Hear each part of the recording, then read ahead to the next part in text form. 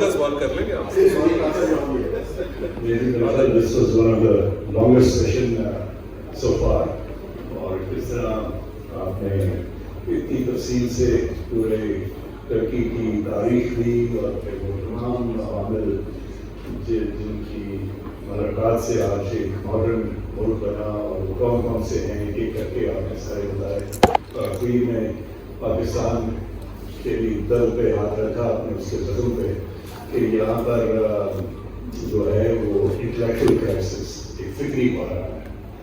تو اس پر سوچیے کہ میں اپنی سوچ کا بھی آپ کو تھوڑا سا آخری چٹکلا ایک طرح سا لائٹ اینگل سے بات کرنا چاہتا ہوں. رومانوی بحران بھی بہت ہے، یہ بھی ایک بہت بڑا ایشو ہے. ایک روز ایسا ہوا، آپ کو پتا ہے جب یہ آرطغرل ڈرامہ آیا ہوا تھا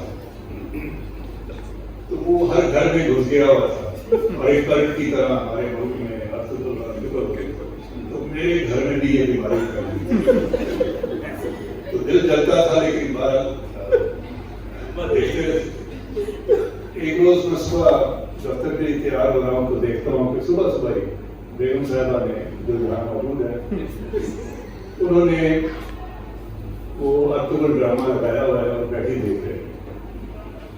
تو مجھے تھوڑا سا سارا چڑھا، میں نے کہا یہ ارطغرل سے ویسے وہ جو دوسرا ہے تو وہ زیادہ ہینڈسم ہے.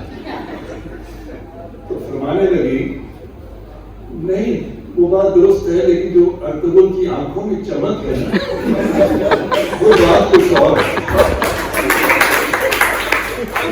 آپ کہتے ہیں عورتوں کو حقوق نہیں ہے پاکستان میں، ایسا اسپن بال انہوں نے کرایا میرے لیے اپنی اکھاں پر. میں نے کہا ایسی کیا بات ہے؟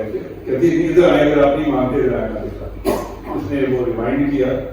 جب پھر سین یہ تھا کہ ارطغرل نے وہ حلیمہ کا ہاتھ ایسے ہاتھ دیا ہوا ہے، دونوں بیٹھے ہوئے ہیں اور وہ اس کو ترکی میں اپنا کوئی رومانس کر رہا ہے کہ حلیمہ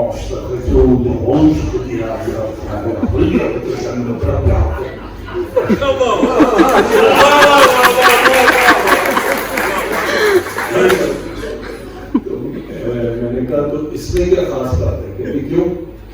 میں نے کہا تو حلیمہ کا ہاتھ میرے ہاتھوں سے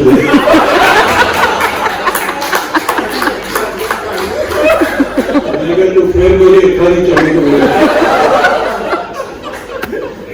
بڑی افسوس کی بات ہے، آپ نے یہ بڑی مین سی بات کی ہے کہ یہ کوئی بات نہیں، اس کا مطلب آپ کو میرے ہاتھوں میں کوئی کوشش نہیں ہے. میں نے کہا نہیں یہ بات نہیں کر رہا. دیکھو اتنے عرصے بعد 40-45 سال کی شادی کے بعد تو عمر میں مدغم ہو گئے ہیں، دونوں میں مرچ ہو گئے ہیں.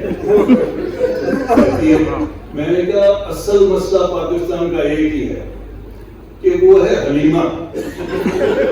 سانو ایک حلیمہ دے دو ہر کالج کو ارطغرل نکلے.